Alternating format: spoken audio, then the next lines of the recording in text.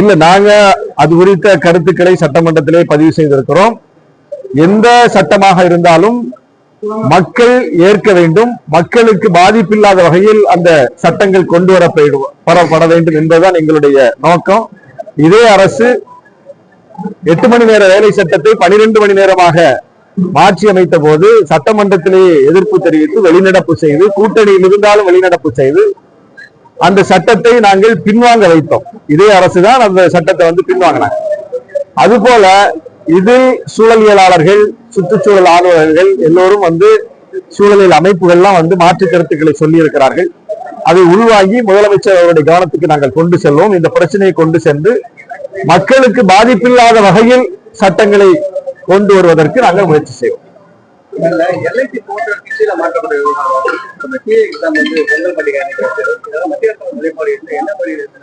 மத்திய அரசு, ஒன்றிய அரசு அடாவடித்தனமாக இது போன்ற மொழிக் கொள்கை விஷயத்தில் செயல்பட்டுக் கொண்டிருக்கிறது. இது நீண்ட காலமாக அவர்கள் செய்து வருகிற ஒன்று. பொங்கல் நாளில் தேர்வை நடத்துவது என்பது அவர்கள் எந்த அளவுக்கு மற்ற மக்களை, மாநிலங்களுடைய பண்பாடுகளை எடுத்துக் கொள்கிறார்கள் என்பதற்கு சான்று. இந்தி இந்தியாவின் தேசிய மொழி அல்ல, அது 22 மொழிகளில் ஒன்று. 22 மொழிகளை இந்திய அரசியலமைப்பு சட்டம் ஏற்றுக்கொண்டிருக்கிறது. 22 மொழிகளையும் சமமாக பார்க்க வேண்டிய ஒன்றிய அரசு இந்திக்கும் சமஸ்கிருதத்துக்கும் மட்டும் முக்கியத்துவம் கொடுக்கிறது. இந்த நாட்டில் பல்வேறு மாநிலங்களை சார்ந்த மக்கள், பல்வேறு மொழி கூட்டத்தினர் இருக்கிறார்கள் என்றால் அவர்களுடைய எல்லாருடைய உணர்வுக்கும் மதிப்பளிப்பதுதான் ஒன்றிய அரசு.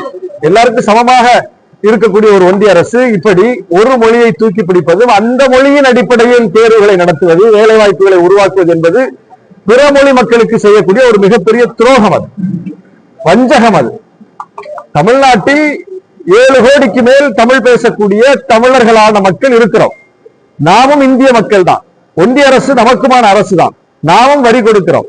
நம்முடைய வரிப்பணத்தில் இயங்கக்கூடிய ஒன்றிய அரசு இந்த 7 கோடி மக்களினுடைய உணர்வை புறந்தள்ளிவிட்டு இந்தியை கொண்டு நம் மீது திணித்தால் அதை எப்படி ஏற்க முடியும்? மலையாளிகள் மீது திணித்தால் அதை எப்படி ஏற்க முடியும்? தெலுங்கு மக்கள் மீது திணித்தால் அதை எப்படி ஏற்க முடியும்? ஒவ்வொரு மாநிலத்திற்கு என்று ஒரு மொழி இருக்கிறது. அந்த மொழியின் அடிப்படையில் தேர்வை நடத்தணும்.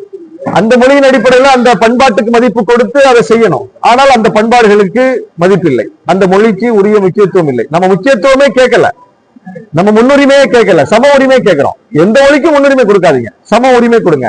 அப்ப இந்திக்கும் சமஸ்கிருதத்துக்கும் நிதி பங்கீடு அதிகம் செய்கிறார்கள், தமிழுக்கு செய்வதில்லை. அது நம்ம நீண்ட காலமா குரல் எழுப்பிக்கிட்டு இருக்கோம். அந்த அடிப்படையில தான் இதையும் பார்க்கணும். இது போன்ற நடவடிக்கைகள் ஒன்றிய அரசு இந்த மாநிலங்களை எப்படி பார்க்கிறது, இந்த மாநில மக்களை எப்படி பார்க்கிறது என்பதற்கு சான்றா இருக்கின்றன. இது கண்டிக்கத்தக்கது.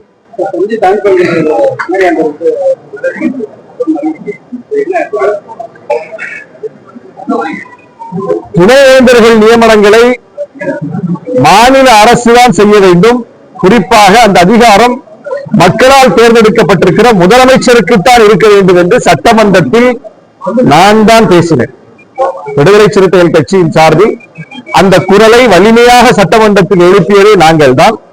அதன் அடிப்படையில் அந்த அதிகாரம் முதலமைச்சருக்குத்தான் என்று சொல்லி சட்ட திருத்தம் கொண்டு வரப்பட்டது.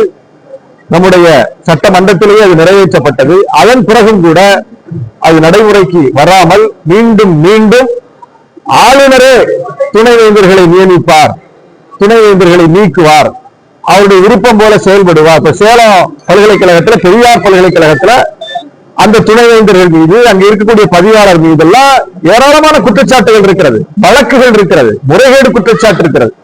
முறைகேடு குற்றச்சாட்டுக்கு உள்ளான வழக்குகளை சந்தித்துக் கொண்டிருக்கக்கூடிய கைதான அவர்களையே மீண்டும் பதவியில் அமர்த்துவது, அவங்களுக்கு கால நீட்டிப்பு செய்யறது, அவங்களுக்கு துணை போறதுன்னு இவர் ஆளுநர் உட்கார்ந்துட்டு இந்த வேலையை செஞ்சுட்டு இருக்காரு. ஏன்னா கல்விக்கூடங்கள்ல அவர்களுடைய கருத்துக்களை புகுத்துவதற்கு அவர்களுடைய எடுபடிகள், கையாள்கள் இந்த பொறுப்புகள் எல்லாம் இருக்கணும்னு RSS நினைக்குது, பிஜேபி நினைக்குது. அதற்கு ஆளுநர் ரவி பயன்பட்டுக் கொண்டிருக்கிறார். தமிழ்நாட்டினுடைய கல்வி கட்டமைப்பு என்பது RSS ஆல் உருவாக்கப்பட்டதல்ல, பிஜேபியால் உருவாக்கப்பட்டதல்ல. தமிழ்நாட்டு மக்களின் வரிப்பணத்தால் உருவாக்கப்பட்டது, சமூக நீதி கொள்கையின் அடிப்படையில் உருவாக்கப்பட்டது. இங்க இருக்கக்கூடிய எல்லா பல்கலைக்கழகம் இன்னைக்கு டாப் 1ல இருக்குது. இந்தியாவிலேயே மிக சிறந்த பல்கலைக்கழகங்கள், கல்வி கட்டமைப்புகள் நாம வச்சிருக்கிறோம்.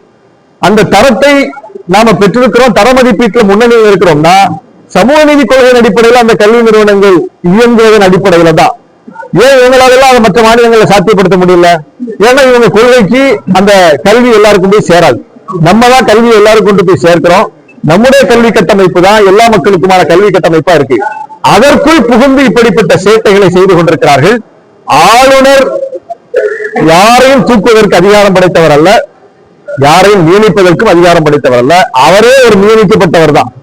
அவர் மக்களால் தேர்ந்தெடுக்கப்பட்டவர் அல்ல, அவரே ஒரு நியமிக்கப்பட்டவர் என்னும் போது அவர் எப்படி மற்றவர்களை நியமிக்கிற அதிகாரம் அவருக்கு எங்க போகும்? எப்படி ஒரு முதலமைச்சருக்கு பதவி பிரமாணம் செய்து வைக்கிற உரிமை இருக்கிறதோ அப்படித்தான் அவருக்கு இந்த உரிமைகள் வழங்கப்பட்டிருக்கிற அரசியல் சட்டத்துல.